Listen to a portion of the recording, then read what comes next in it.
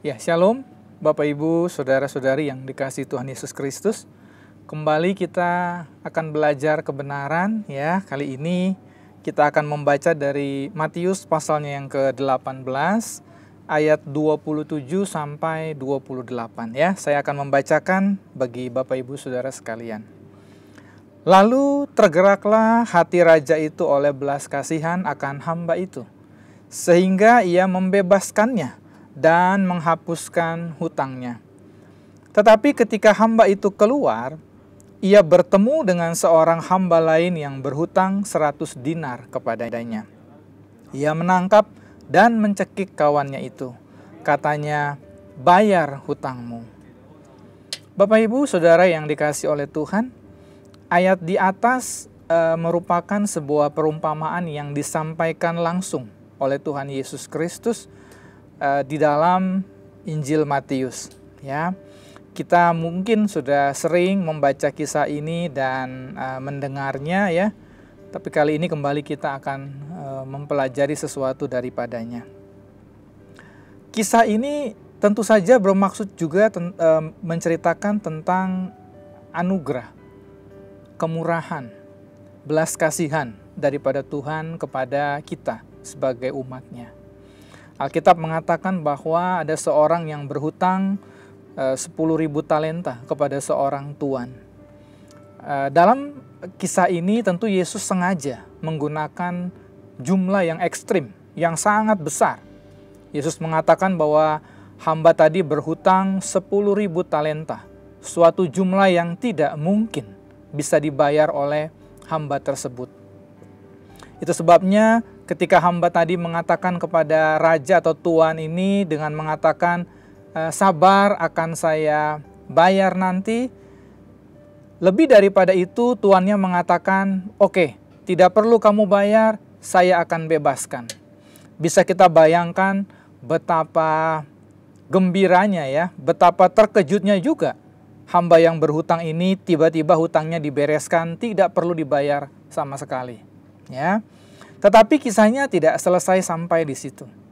Ketika hamba ini keluar, kata Alkitab, kemudian bertemu dengan seorang hamba yang lain yang berhutang kepadanya 100 dinar. Alkitab memberi ilustrasi atau memberi gambaran sebetulnya kepada kita bahwa pernah dikatakan dalam sebuah ayat, satu upah bekerja pada saat itu, satu hari itu 1 dinar.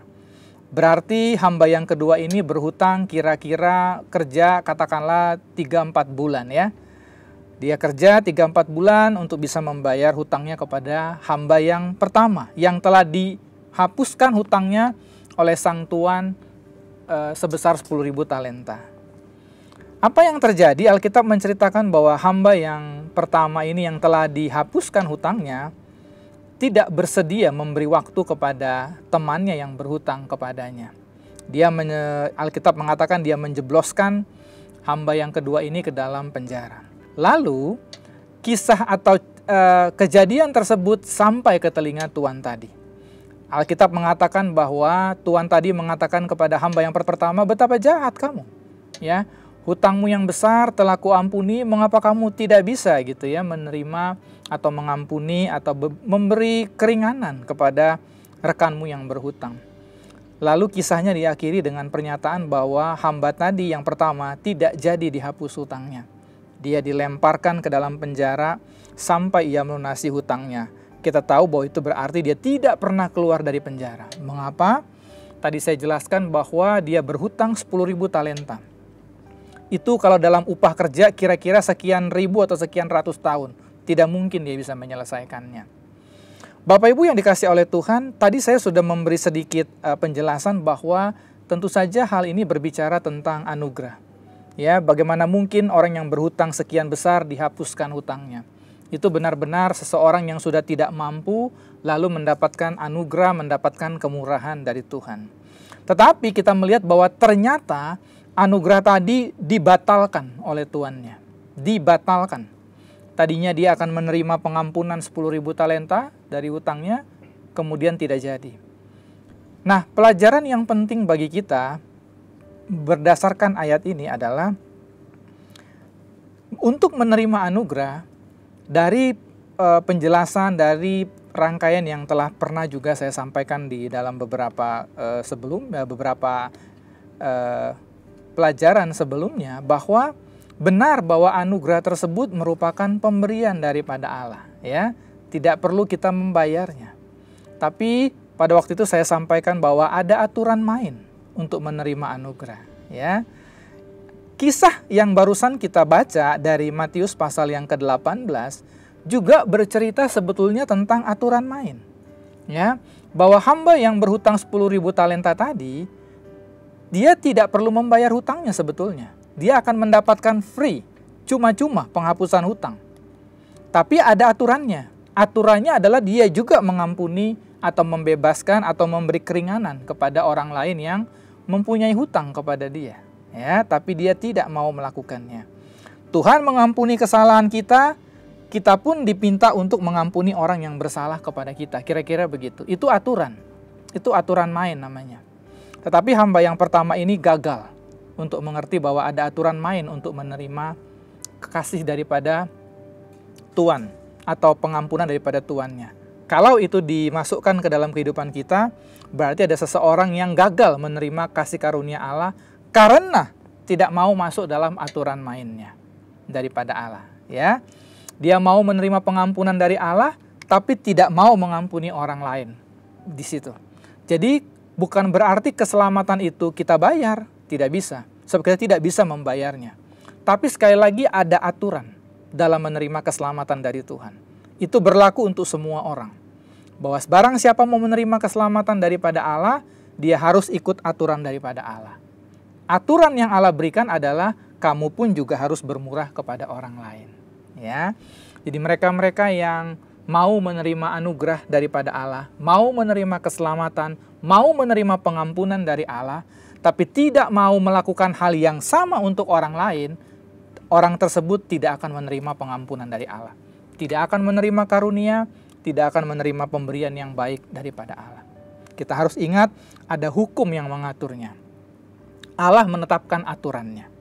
Ya, kita harus memperhatikan hidup kita, jangan sampai kita gagal atau didiskualifikasi untuk menerima pemberian daripada Allah yang baik hanya karena kita tidak mau melakukan apa yang Allah kerjakan dalam kehidupan kita. Ya, kita harus memperhatikan baik-baik agar jangan sampai kita menjadi orang yang gagal untuk menerima kasih karunia Allah. Sekali lagi, keselamatan yang Allah berikan benar-benar pemberian daripada Allah, ya. Tetapi ada aturan dalam menerimanya, ya. Kita harus memperhatikan aturan mainnya yang Allah tetapkan untuk kita menerima kasih pengampunan daripada Allah, apapun semua pemberian daripada Allah. Ya, mari kita belajar dalam kehidupan ini bahwa Allah bukan Allah yang jahat, bukan Allah yang menggagalkan pemberian, bukan Allah yang membatalkan kasih karunia-Nya. Tetapi karena orang atau ada manusia yang tidak mau mengikuti aturan mainnya. Dari pihak Allah, Allah mau memberikan anugerah, memberikan keselamatan, pengampunan. Bahkan Alkitab mengatakan Allah tidak menghendaki satu orang pun binasa. Itu benar-benar pernyataan Tuhan. Ya, Tuhan mau semua orang diselamatkan. Tetapi masalahnya orang yang tidak mau diselamatkan. Atau sebagian orang tidak mau diselamatkan. Bagaimana kita tahu bahwa ada orang yang tidak mau diselamatkan? Dari kehidupannya. Ya, karena dia tidak mau ikut aturan atau aturan main daripada Allah. Ya. Jadi Bapak Ibu yang dikasihi oleh Tuhan, di akhir daripada renungan singkat ini, saya mengajak kita untuk sungguh-sungguh memperhatikan bahwa dalam hidup ini Allah memberikan keselamatan, tapi Allah juga mau kita mengikuti aturannya. Ya, sekali lagi aturannya adalah kita juga memberi kemurahan, kebaikan kepada orang lain. Supaya kita juga boleh menerima kebaikan, pengampunan, kemurahan dari Allah. Bukan karena keselamatan itu tidak diberikan oleh Allah, tetapi karena ada aturan yang harus kita penuhi. Ya, saya mau sekali lagi kita sebagai orang percaya jangan sampai gagal menerima anugerah, kemurahan, pengampunan Allah. Mari Bapak Ibu yang dikasihi oleh Tuhan, kita merenungkan dan belajar untuk melakukan firman ini. Selamat melakukan kebenaran, Tuhan Yesus memberkati. Amin.